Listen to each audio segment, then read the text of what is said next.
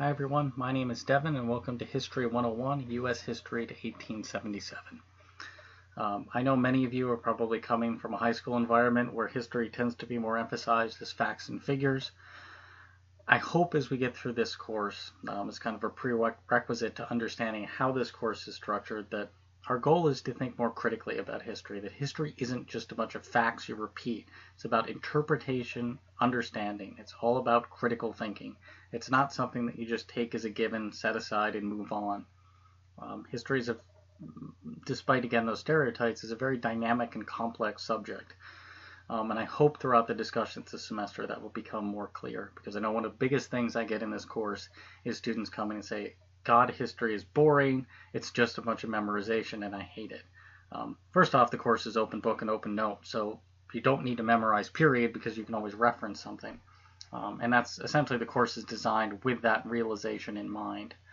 So what I want to do with this introductory video is basically read through the syllabus with you, just like we would in a brick and mortar class if this was our first class, just to help get a better sense of expectations, get you a little bit more comfortable with the course style, exactly how we're going to approach history this term, and some tips and tricks in order to be as successful as possible in the class.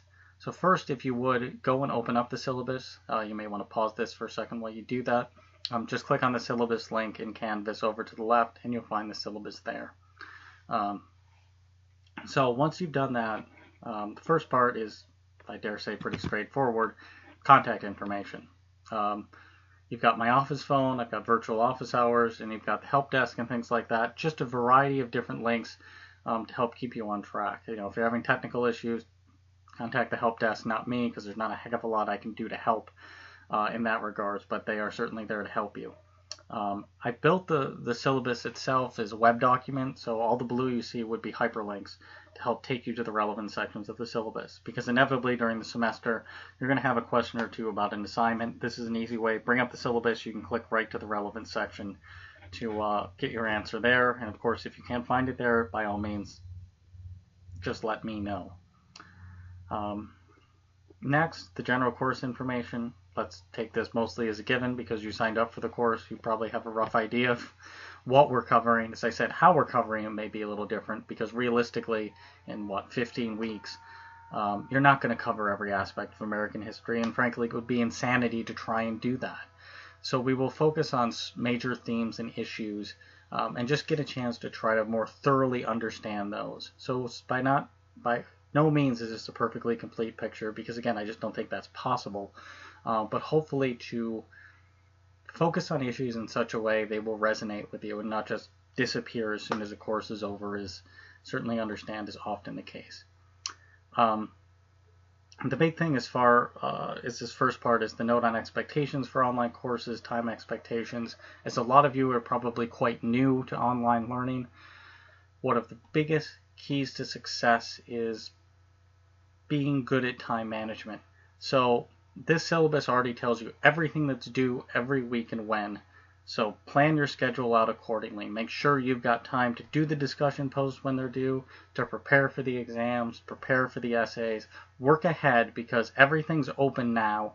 So if you know you're going to have a very busy week for whatever reason, work ahead. It's always there. The option is always there for you to do as much as possible. You know, I mean, like you could do initial discussion posts in advance. It'd be harder to participate unless other people are. But at the very least, you've got that general opportunity always available, that the course is trying to be as flexible as possible, because as many of you, I certainly have a lot to balance, and I understand that having that freedom to be able to move around expectations a bit can make a huge difference. So I've tried to build that into the course as much as I can. As far as student learning expectations, that I'm sure it's very exciting to read. You can read it at your leisure, but I think, again, most of that's fairly straightforward. I do have, of course, Twitter. It's built into the course itself. Every week when you go to the discussions, you'll see it there. I'll pass along relevant links. I will let you know when I've looked at the discussion boards for the day. Let you know when I've graded, just kind of general course information that you can also access from outside the course. You know, because there may be prompts that might say, hey, I want to log into the course to see my grade for the past week or something like that. So I'll try to keep you abreast of things via Twitter that way, and I'll do weekly announcements too. The e-library, that's right under modules, because some of the content we'll do this term is uploaded into the course. That's where you'll find it whenever you see the e-library mentioned. So just click on the modules section, then over to the right, just look for the section that says e-library, and the relevant document will be somewhere in there, however Canvas decides to organize it that day. Next, number 2, the assessment of student learning outcomes. Here's kind of the nitty-gritty of the course, and this really gets into my own teaching philosophy, and that's especially online, that to me history is produced or understood best in conversation, and this course is built around discussions as the focal point of the course and course expectations. So the absolute biggest thing you're going to do every week is put your ideas out there for us to discuss based on the week's reading. And that begins with the first take prompt and the main discussion prompt. Now I've also made requirements consistent, so every week these will all be due at the same time. The first take is always due Tuesday, at the end of the day. The main prompt is always due Wednesday by the end of the day. For the first take prompt, you're only required to cite whatever sources are listed as required for that, and I'll get into where that is in a bit. And for the main post, that's more holistic. That's where you're going to be focusing on the textbook and potentially additional sources as well. So again, these requirements will remain the same every week, so once you start getting in the groove of things, I think you'll find it becomes pretty natural to make sure you're meeting those expectations. The other big expectation is participation, and again, as I said, the goal is to have conversations about the week's material. So aside from the general participation requirements, 2 posts, 150 words, at least 1 of 50, you can't make them all in one day. So you couldn't log in Saturday night, which is the last night of the week, for the course each week, and just pop up 3 posts and be done. You've got to spread them out over at least 2 days. But again, the main goal is to discuss your ideas and interpretations of the past, and at times how it relates to the present, depending on what we're discussing at a given moment. So the more you engage, the better, not just hopefully to increase your understanding, but all of our understanding of the ideas you are taking from the course material. Because again, despite the horrible stereotypes about history, it is actually very dynamic, and people's understandings vary greatly. So you're really going to get a chance to share that as much as possible throughout these discussions. And again, make sure, evidence is the basis of that. You don't just overload your post with evidence. You still need to interpret, explain, show understanding of what it means. And that's one of the biggest things, I think, in the leap from kind of that high school stereotype of history to the college level, not just of history, but of most any subject. You're not just repeating what a source has to say, you're explaining its meaning, you're putting it in some sort of a context to show that you understand it. Next, papers, projects, and presentations. This is just kind of your traditional essay. 2 essays due this throughout the semester. One's due week 4, one's due in week 12. These are, however, posted to the discussion boards. They take the place of the first take prompts those weeks. And the reason they're posted is so we can talk about them. One of the things I hate about traditional essay writing is you're writing these essays for an audience of 1. You're doing all this hard work, doing research, writing, critical thinking, yet no one really gets to see it. So I've tried to build these into the discussion so you really get a chance to share the work you're doing. And I hope that will add kind of an element of pride, that you can really get a chance to appreciate what other people are saying about your work, and hopefully build and sharpen your own critical thinking in the process, because you're not just then getting feedback from me, you're getting feedback from others as well about the thesis statements you've offered, the evidence that is used to support them, and the conclusions you draw from it. So again, for many of you who are starting your college process at this point, I hope it's a comfortable first step into that new world of critical thinking that's so important at this level of work. Next, exams and quizzes. Again, fairly standard. There's a midterm and final exam. The one difference you'll find here is that there are 2 midterms and 2 finals. You get a choice. 1 midterm is multiple choice only, 1 is essay only. So based on your learning style and your test taking style, you can choose which one you're most comfortable with. For the final, there's a primarily multiple choice with 1 essay question, or again, an all essay option. So again, you get a chance to figure out what you're most comfortable with, and do your best with the way you best express your knowledge. I guess that would be a good way of putting it for both of these. Some people simply are better with 4 options as a multiple choice and just picking the one that makes the most sense based on their understanding. Others prefer an essay style because it allows them to kind of explore outside the box a little bit more than a multiple choice, which is obviously far more anchored. Next on the syllabus, methods of assessment. This is just basically the quantitative version of it, and the rubrics, just to let you know exactly how things are graded.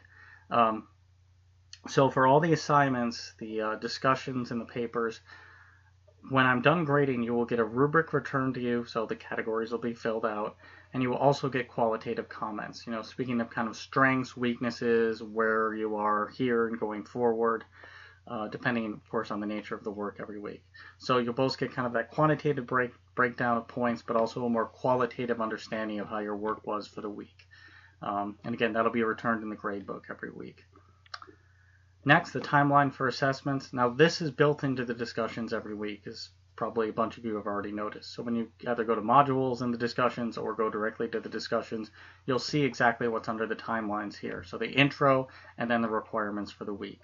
So you've got it here and you've got it there. It might help to print this out so you've always got a copy handy if the internet or your computer breaks, to at least be able to keep up on things. But again, you've got already the whole semester is mapped out. All the discussion prompts are available and the course itself, and you already know what you're reading and when. So hopefully you can work that into your schedules as much as you can to make sure you're on track as possible with overall expectations. Next, required course materials. Well, there aren't any. The book is free and online, so nobody can say anything about how they couldn't afford a book. If you're taking an online course, you must be able to access the internet, and as long as you can do that, you can access the text. You can certainly print it out if you want to. That's perfectly fine, but it's available and always free for you. Now, the exciting course and university policies. I think most of this is pretty straightforward. If you experience or plan to experience a long-term absence, talk to me. If you add the course late, and you're trying to catch up with things, let me know. You're not going to have a missing required text in this point, obviously. But main point here is communicate. Communication helps make problems go away before they become problems. Late work and discussion makeup. There are certain conditions under which, with an excused absence, you can make up discussions. This kind of lays it out. Ultimately, it'll be up to me to decide whether it's an excused absence or not. So again, the big thing is communicate. The more you communicate, the more we are in touch as to what's going on, the easier it is to facilitate makeups when they're appropriate. Academic honesty and plagiarism policy. Well, the simple answer is don't cheat. You don't cheat, never have a problem. I know academic honesty at times can be a little confusing and tricky. If you take material word for word from a source, you need to quote it and have an in-text and bibliographic citation, whether it's a discussion post or whether it's a paper. If you just take the ideas from a source, well, you don't quote the writing, you still have an in-text citation after that idea, so I know it's the idea of the source, not yours, and that also means what comes after it is your understanding. When you don't do that, I can't really credit your work because I can't separate the research from your original thinking, which are important rubric criteria in order to evaluate your work. So, I mean, part of it is to make sure you're in line with academic policies and just being a good person and not taking other people's work. But it's also, from an evaluative standpoint, really important you credit your work accordingly so I can credit your work accordingly too. Paper formatting policy, then this works for the citations as well. MLA or APA is pretty much the standard. Use either one, I don't care. If you have questions, let me know. I've got some links within the discussions too to give you some examples to help work with as well. But make sure, again, you're doing that because it's important from that I can then evaluate your work as effectively as possible. Paper rewrite and regrade policy, again, if it becomes an issue, here's the policy. You can look to it right there. Virtual behavioral policies, I think this be summed up very basically. Just don't be a jerk and everything's fine. Hopefully, again, everything will be fine. But, we're going to touch on sensitive issues at times. be respectful and recognize not everyone may hold the same opinion as you express yourself in the discussions, and I think everything should be fine. Feedback expectations. Again, I think I pretty much covered this before. You'll get the rubric and you'll get qualitative feedback as well. We do have weekly extra credit as well. This is not something you need to ask permission for. It's something you can do whenever you want to. Ultimately, as I said before, to me, these courses, the lifeblood of these courses is discussion. And those who participate above and beyond the discussion, both in the number of posts, the detail in the post, the use of sources in the post, all these things are potential sources to earn points beyond the listed points for the week. So 15 points are listed as for the week. If you have earned all those points, then you have the potential to earn additional points as spelled out here. Well, hopefully, first and foremost, you might participate more because you want to discuss the ideas and learn more and so forth. There is a quantitative benefit as well to your grade, so it is therefore actually possible to earn over 100% in the course, and it's not terribly unusual for that to happen. Students with disabilities, if you have one, make sure you talk to the university. They can create accommodations. They'll let us know, and then we'll carry out based on their expectations. Other exciting things, course website outage policy. If you can't get into Canvas, you've already got my contact information here. If you're trying to put up a post or submit a paper or whatever, send that to me over email for the moment so I have verification that it's done. Hopefully this won't be an issue. If it is down, then you probably want to contact the help desk as well so they can explain what the heck's going on, because especially being out here in Western New York, who I have very little knowledge of what is happening in the server room at Great Basin or wherever they house our Canvas functionality. The one final thing, warning about sensitive course content. Again, this goes back to the virtual behavioral policies. We're going to touch on sensitive issues at times during the term. Look over the course syllabus now. The readings, the content otherwise. If you see anything that you're concerned about or you have any issues in general that you have trouble with, now is the time to talk to me. And we'll see what we can do to accommodate that now. Otherwise, I will assume if I don't hear from you that things are okay, that you don't have any particular issues. So again, that's rarely an issue, but I always want to mention it just in case. So that's where we are now. I know that's a lot to take in. Take a deep breath. If you have any further questions, again, you've got my contact information here. It's built into the course. Just let me know. Beyond that, once you're done with this, try and then post your introduction. So week 1 discussion, I've already got my introduction posted. Post yours. The more I know about you, the more it can help me to direct the course discussions based on if I see similar major interest with a lot of people or time period interest, something like that. That can help spark my own focus as to where I should pay the most attention as far as kind of directing ideas for a given week too. And it's important in building the sense of community with us too. If we're going to have effective discussions, that building a sense of learning community, much like a physical classroom community you might have in the past, is really important. And the more you're willing to share about yourself, the easier it becomes to do that. So that being said, again, anybody has any questions about anything, please just let me know. Otherwise, good luck this first week with our course and all your other ones as well. And I will talk to everyone on the boards.